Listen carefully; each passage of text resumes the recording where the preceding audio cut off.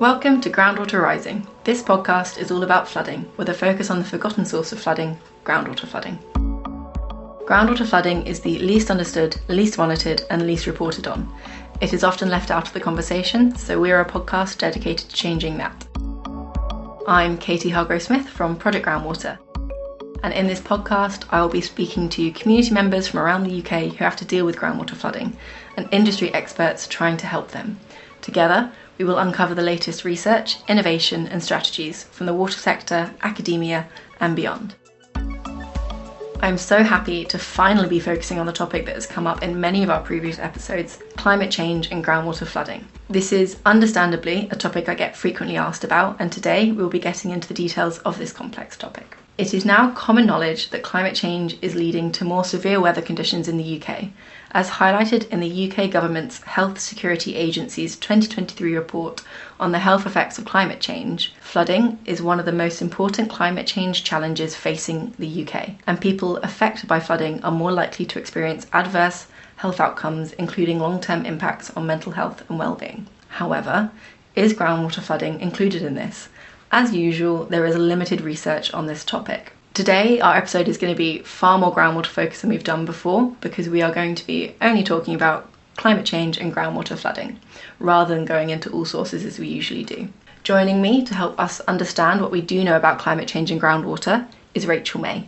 Rachel is a graduate water resources engineer in the water and environment business at Jacobs. She recently received a first-class master's degree in environmental consultancy with the University of the West of England. Her dissertation, supported by Project Groundwater and Jacobs, was on the topic of climate change and groundwater flooding. The dissertation sought to assess the potential implications of climate change on the frequency and magnitude of groundwater flood events. Rachel, thank you so much for coming on today. Hello, thank you for that introduction. So the actual dissertation I wrote over the last 9 months or so. So I did an internship with Jacobs, where I worked with Project Groundwater, and within that internship I researched and wrote this dissertation, which is what we're going to be talking about today. I have had a read of this summary of the dissertation, and I will say it was a little bit too complex for me. There was language that I was like, ooh, no idea, but it's good because you're here to kind of explain all of that to me anyway. So to kick off, I think one of the main things was you had to do, or the early things you had to do, was a literature review. So you had to review what currently has been put out there about climate change and groundwater flooding. Was that easy? Not really. Simply, not easy. There's a lot on climate change, as you said. It kind of affects literally everything these days. And there was a reasonable amount on groundwater, but more as water drinking resource rather than flooding. But there was very, very little on how those two things go together. So how climate change is going to impact groundwater flooding, which is kind of what Project Groundwater and Jacobs wanted to fill with this research, was beginning to bridge that gap. That is exactly what I expected, because water resource is one of the main things that we have when it comes to research. For what there was when it came to groundwater and climate change, was there a trend that set you up? Was there something that we already think is going to happen with groundwater and climate change from this research, or was it not really giving any indication of the impacts that will be had? With a dissertation, you can go two ways about it. You can either start with a hypothesis and then say whether the research supports your hypothesis or not, or you can go into it with quite open research questions.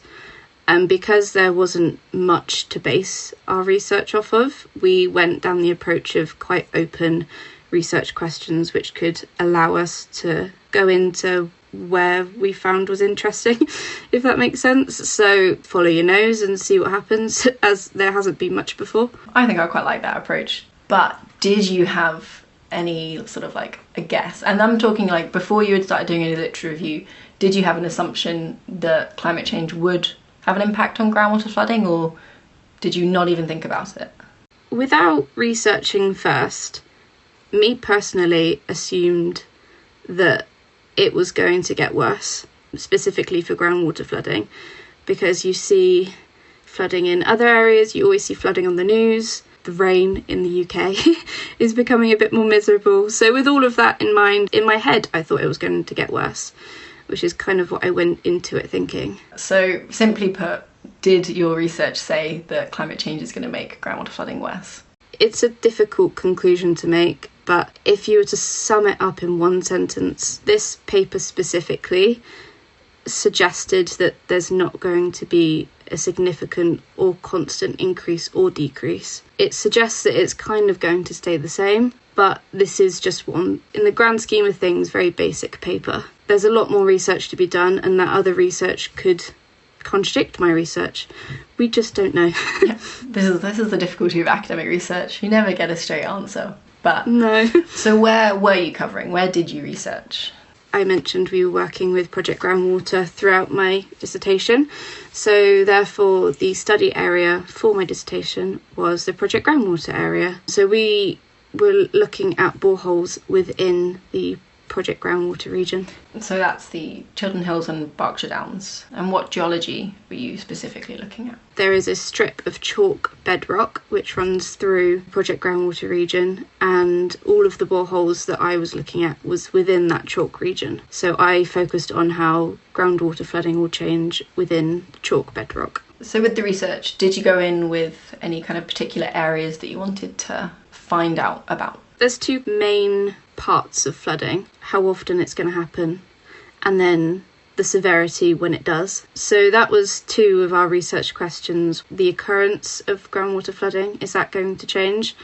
And then the second research question was the magnitude. Is it going to get higher? Is it not going to reach as high? All of those sorts of little questions we tried to answer. What data did you have to use for this? So what data is available? Was there already data available? What did you draw from? I used two different data sources within this dissertation. I used observed data, so actual real life has been measured in the borehole data that is freely and publicly available online. That's from the Environment Agency hydrology data source, I think. And then the second data source was a data source called the Enhanced Future Flows and Groundwater, which otherwise is known as EFLAG, which is simulated data, big computer models, climate models, projecting what groundwater is going to do in the future. And I know we have done an episode on modelling, which probably help with this one, but can you just give us a little bit of info about modelling and what you were trying to do with models? This EFLAG dataset has groundwater level data, amongst other things. I think there's data from 1982 to 2080. So this dataset used a climate model and then put it into a groundwater context in order to look at how climate change was going to affect groundwater levels. That dataset just has a big, massive list of numbers of different levels through time. And then it was up to me to create the context of those numbers, see what those numbers were actually trying to tell us. And was there different levels of climate change that you had to look at? All of them were based on a climate model based around the worst case scenario, as the world is continuing right now. So if we don't stop any greenhouse gases, if we basically keep going the way we're going, what's going to happen? The worst case scenario is 2 degrees at the moment, or are we saying 1.5 degrees? Do you know? The goal was to keep below 1.5 degrees change before 2030, and as it currently stands, it's not looking likely that we're going to stay under that. It seems reasonable that at the moment the worst case scenario, quote unquote, is potentially looking likely at the moment. So the EFLAG data, has this been used in this way before? Not in this way. So originally it was created by water companies to look at drought and how they can manage their resources, but then it was put against varying other data sets to look at the reliability of the data, and from that it was determined that yes, it is good enough to be used for other research topics such as groundwater flooding. So thinking about those two questions that you mentioned, the occurrence and the magnitude, did you find that there would be any major change in occurrence and magnitude? This paper suggested that there isn't going to be a massive change, especially in occurrence. Magnitude is a bit more variable. There could be some changes, but occurrence seems to be at the moment looking like it will stay the same. But again, as I said earlier, this is just one paper of a very specific region. And even within that region, we didn't look at all of the data for Project Groundwater. There's another 6 boreholes that we haven't even looked at yet for Project Groundwater alone, let alone there's 54 boreholes in total in this data set. Let's go with occurrence first. Was there a variation in actually some areas there is a change, or was it all across boreholes that it wouldn't be that variable? So every borehole presented a different pattern and a different outcome, because obviously every single borehole is going to be different depending on various environmental factors, but overarching, they kind of all showed the same, that occurrence and also magnitude probably won't change much overall. So really we are quite comfortable saying from this research, groundwater flooding is not going to be impacted by climate change, even at the worst case. Yeah, from this study area with these boreholes, looking like it might not change much. But the other boreholes could tell us something completely different. So thinking about that, what more is there to be done in this area? You could do so much. As we were saying earlier with the literature review, there's not a whole lot in the literature at the moment. So this research could be developed into so much more. You could take the methods that I have done and applied them elsewhere, or you could take the boreholes that I did do and go into more detail and look at different methods of analysing the data, see if it comes out with something different. There's a lot that you can do. Project Groundwater might also be looking at another master's student next year to kind of carry on with this research maybe. That could also be really interesting if another student carries on this work, what they find as well. But if you got to carry on, so for example they were like, great, we loved your research, we'll sponsor something else from you, what would your focus want to be on? I think I'd want to try the methods in other places.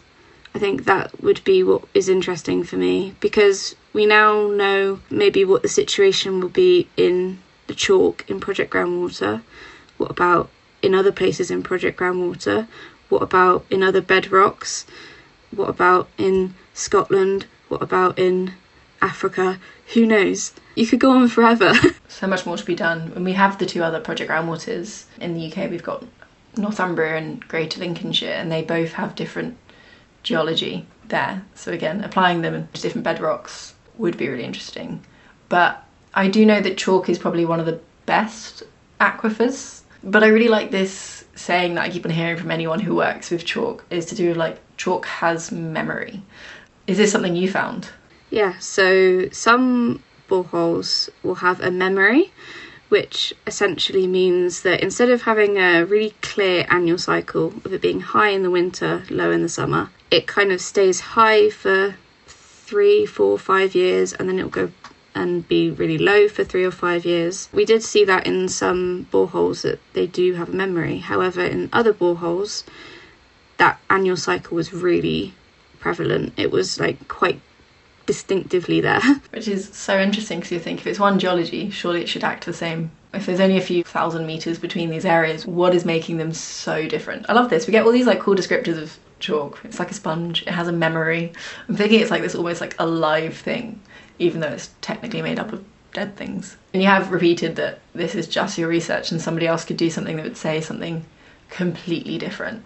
Is there any other research that's ever said anything completely different? Have you ever seen any research that said, yes, climate change will impact groundwater levels? I haven't as of yet.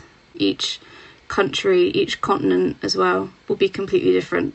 So there could be a study done in America, say, that says that groundwater flooding is going to get severely worse. And that's great, but it's very difficult to then relate that back to the UK, let alone our little Project Groundwater area. I have read something before about America. I wish I could remember where, but it was to do with sea level rise impacting groundwater levels, which obviously the area you've researched is landlocked. It's the middle of the UK. There is very minimal interaction with sea level rise, but actually there's another area for research is, okay, so aquifers like that aren't connected to the ocean, no impact, but actually aquifers that are connected to the ocean, because many aquifers are connected to the ocean. If sea level rises, that could be pushing more in. And I know that that's something that Greater Lincolnshire is looking at, is to do with salinisation.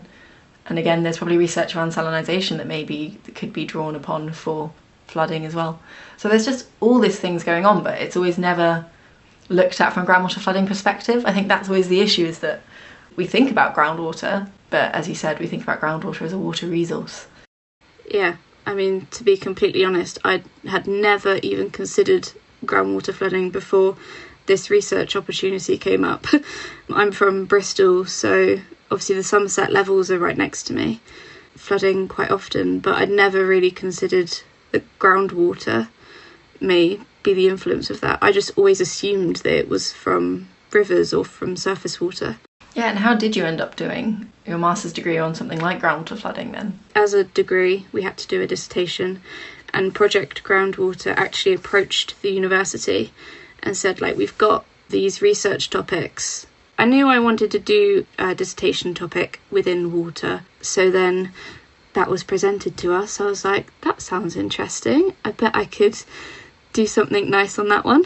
I can't tell you how happy I was when you picked it, because I've always wanted us to do research on climate change and groundwater, because it just gets asked so commonly, and it was really hard always having to say, there's no information I can reliably give you. And obviously, like, I will, when people ask me now, I will caveat it that, like, this research only covered certain boreholes within the chalk geology of the Chiltern Hills and Berkshire Downs, and would require, like, more testing nationwide before we can, like, really say this is the answer to the best of our knowledge.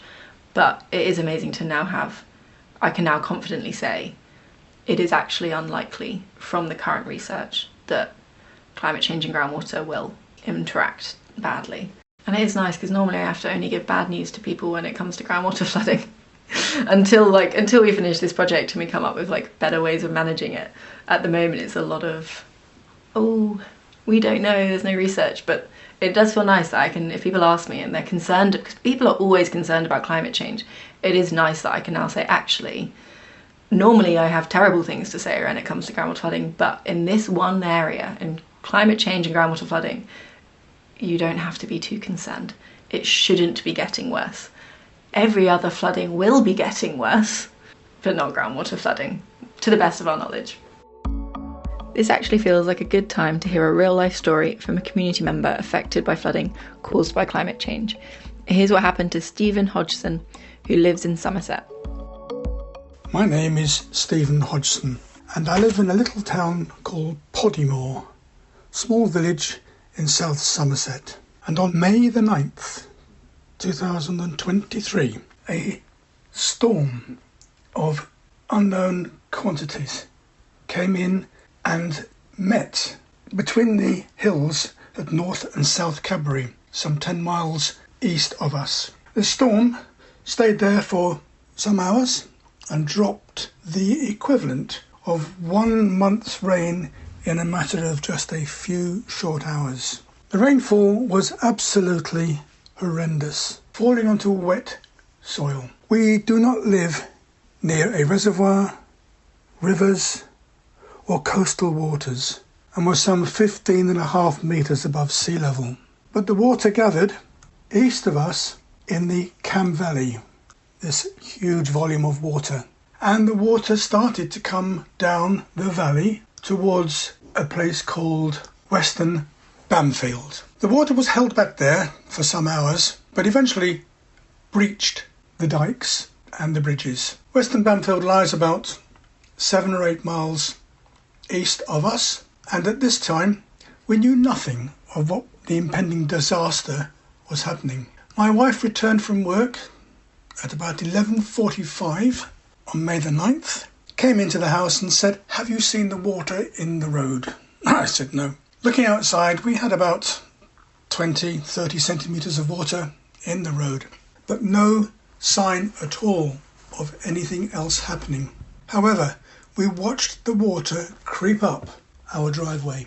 Came to a point when we started to panic and moved our possessions as much as we could up onto the first floor of the house. Within the hour, the water was lapping on our front doorstep. By this time, we had managed to move most of our possessions that we wanted to save from any ingress of water. However, it still kept coming in. We eventually experienced 80 millimetres of water in the house, and the road, I estimated, had about 1,250 mils of water. We later found out that the water was held back by a sluice called Lights Carey. Normally the sluice would be up at this time of year to hold water for cattle and irrigation, but not expecting a storm in May, the sluice gates held back the volume of water. When eventually it was realised that the sluice gates were responsible for holding all this water back, they were released, and the water from our premises and the road in front roared away like some raging river. And within about 3-4 hours in the morning, we were empty, or leastways most water had gone. The water had reached its peak round about 4 o'clock in the morning. Now we just had to sit and wait. No services could come in to see us. We were absolutely marooned without any contact with the outside world whatsoever. All the telephone lines were jammed for the emergency services, and we just had to sit and wait and bide our time. Now, this water hasn't come from reservoirs, rivers or coastal waters. It was mainly a flash flood that came down from the upper Cam Valley. It was regarded as a once-in-a-100-year event. So we were little prepared for this situation to arise. Since then, we have learnt a lesson about these occasions, and now, with the climate change, most of the village are now resigned to the fact that they have to put some form of resilience in. I have to say, we've spent several £1,000s on putting in barriers to protect our property. We were fortunate in having flood insurance for our property, but not so for all of the village. So some people had to resort to making their own repairs and build their own resilience for future cases of flooding. We now have an emergency community plan in place for such emergencies that may occur in the future. And we have also now got platforms which measure the water upstream. These platforms are working 24/7 and report back every 15 minutes of the water levels. Should the water levels rise to a dangerous level, telemetry sends out a code to people warning of an imminent flood. How much warning we do get in future, we don't know yet, because this has yet to be tested. Not looking forward to testing this, but we do have that in our bag now as a way of protecting ourselves, or certainly getting ready for any future events. Because so many houses were flooded, this became a function of a Section 19 report, which is a government instigated report which has to investigate major disasters. We are waiting for the results to be released to us, and we're expecting this to be done within the next few weeks. It won't prevent any future flooding, but we will be better prepared knowing what has happened and what could happen. One thing to take in mind, fortunately nobody was injured, and it was only property and inconvenience that we were marooned during that period. However, with climate change, there is a possibility that future events could still happen. This wasn't rising water, this was flash flood over the ground coming down from further up the Cam Valley. That was Stephen Hodgson telling us about how a severe flash flood affected him. We know that climate change makes storm events even more likely, which in turn makes flash flooding more likely. Now, back to our interview with Rachel May, all about her research into how climate change might affect groundwater flooding. But with your degree, I think we've come to something interesting here. Would you recommend to other people who are considering doing their masters maybe looking at something like groundwater? Do you think it gave you something different? Yeah, so my undergraduate degree was in geography, and that was a lot of coastal research. I went to Exeter, but it might be different in other universities, but we never really touched on groundwater. It was interesting, and I wanted to find out more because I'd never done it before. There's not a whole lot of research on it, which for some people, that's horrible. Some people like having research to base their ideas off of and to check that they're right. But I found it really exciting and really interesting that you're doing something that hasn't been done before. I'm using this data that no one's used this data in this way before. If you want that, then groundwater might be a nice place to start researching. It could be the pioneer of something, which I think does sound pretty cool, actually. How was writing it? Because like you said, it's exciting, but was it also stressful when there were times you're like, I have no way of like corroborating this. This is just me. You are now like one of the leading voices on climate change and groundwater flooding. Does that feel a bit overwhelming in any way? Yeah, definitely. And as with any research topic and subject, I'm sure the Project Groundwater PhD student will say the same. You get to a point and like it's like you've just started writing it. I'm like, I don't know what I'm doing. Like I don't know what's going on. But you just have to stick with it. It's so difficult and it is tough, but it's so worth it in the end, especially when you can hit submit and then it's all done. And with your research, are you looking to get it published so other people can access it? Because obviously normally with a master's dissertation it tends to kind of be filed by the uni and that's it. But are you looking to get it out there? I think so. There's definitely been discussions on getting it published. Jacobs might help me with that as well. Jacobs are keen. We're also doing some other things that might complement it as well. So we're holding it back for now, but maybe sometime in the future.